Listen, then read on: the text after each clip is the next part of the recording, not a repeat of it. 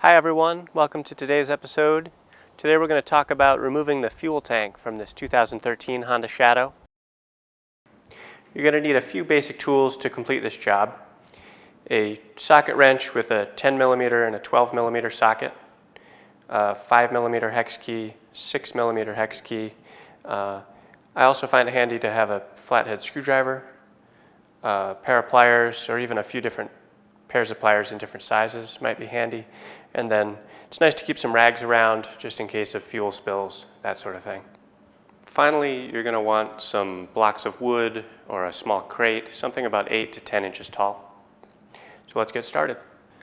Okay, the first thing we're going to have to do is remove the saddle. Many of you may have done this before, but if not, it's real easy. First thing that you'll need to do is remove the 10mm bolt from behind if you have the stock saddle at the rear of it or behind your passenger seat here.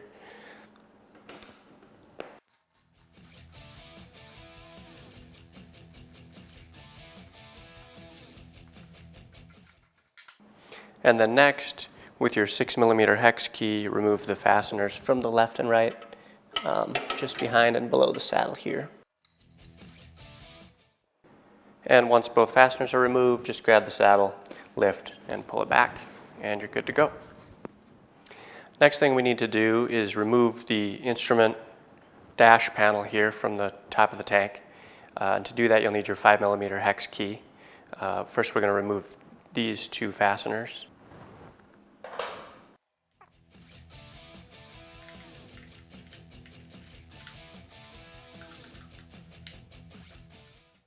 Once you have those two fasteners removed, just grab the instrument panel, and it's got a mount up under here. Just sort of push it forward and it'll pop right off.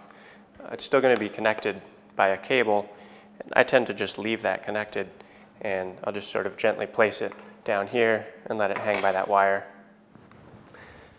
Next, there's a vent tube that you need to unplug. It's located right here at the base of the tank on the right side. Just reach up under there and pull it straight down off the metal prong at the bottom of the tank and just leave it unplugged. Next, there are a couple of electrical connections on the left side of the tank, right about in the middle. If you reach up under there and just grab them, they're just little prongs. There are two, just pull them straight down and off and leave those disconnected as well. Last fastener to remove to get the actual tank off is this guy here. It's a 12mm.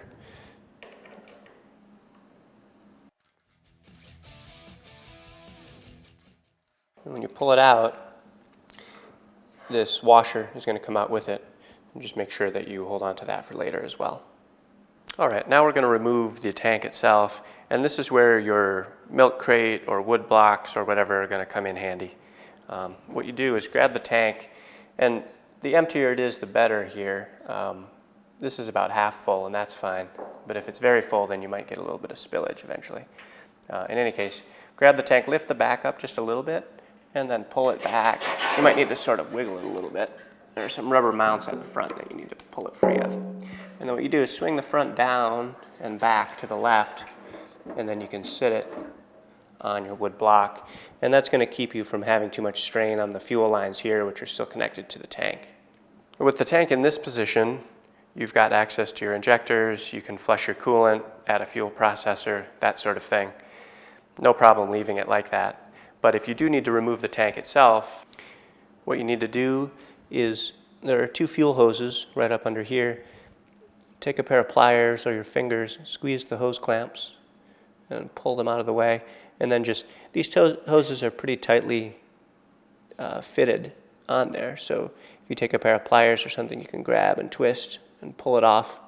Just be careful not to damage the hose or the metal prong that it attaches to while you're doing it. Now, to put the tank back on the bike, the first thing you want to do is make sure that you've reconnected the two fuel lines here. Otherwise, when you tip it up, you're going to dump fuel everywhere, and nobody wants that. But other than that, it's just a reversal of what we did before. Grab the tank, rotate it upward. Careful not to scratch its paint. And then what you need to do is just line up those rubber mounts on the frame with the receivers for them on the tank, It'll be a little bit tricky to find the right spot, but once you do, you'll feel it. Just sort of rotate it into place, and then make sure that the bolt hole here at the base lines up, and you're set. Now replace the tank bolt. You'll need your 12mm socket again, and I like to have a flat screwdriver for this, and you'll see why in a second. Take that funky washer that they gave us, put that there and run the bolt in, and get it started.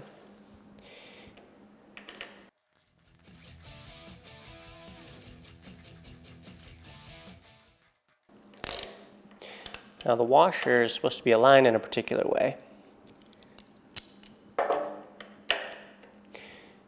And so what I like to do is take a flat screwdriver and use it to hold it flat while I do the final tightening here. All right, final steps, we're almost there. What you want to do is go around the tank, make sure that you've reconnected everything, including the vent tube on the far side over there, and then the 2 electrical connections down here.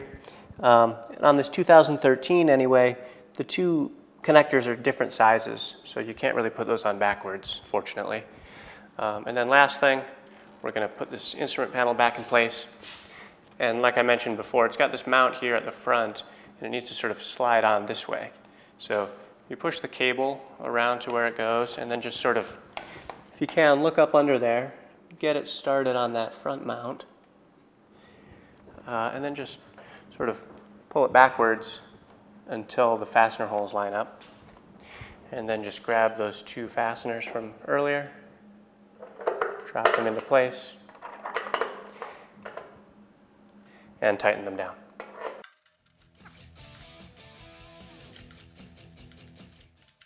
And that's all there is to it. Not really bad at all, I find. I hope you found the video helpful. Keep an eye on this channel and our blog for more Honda Shadow and Metric Cruiser related stuff. Till then.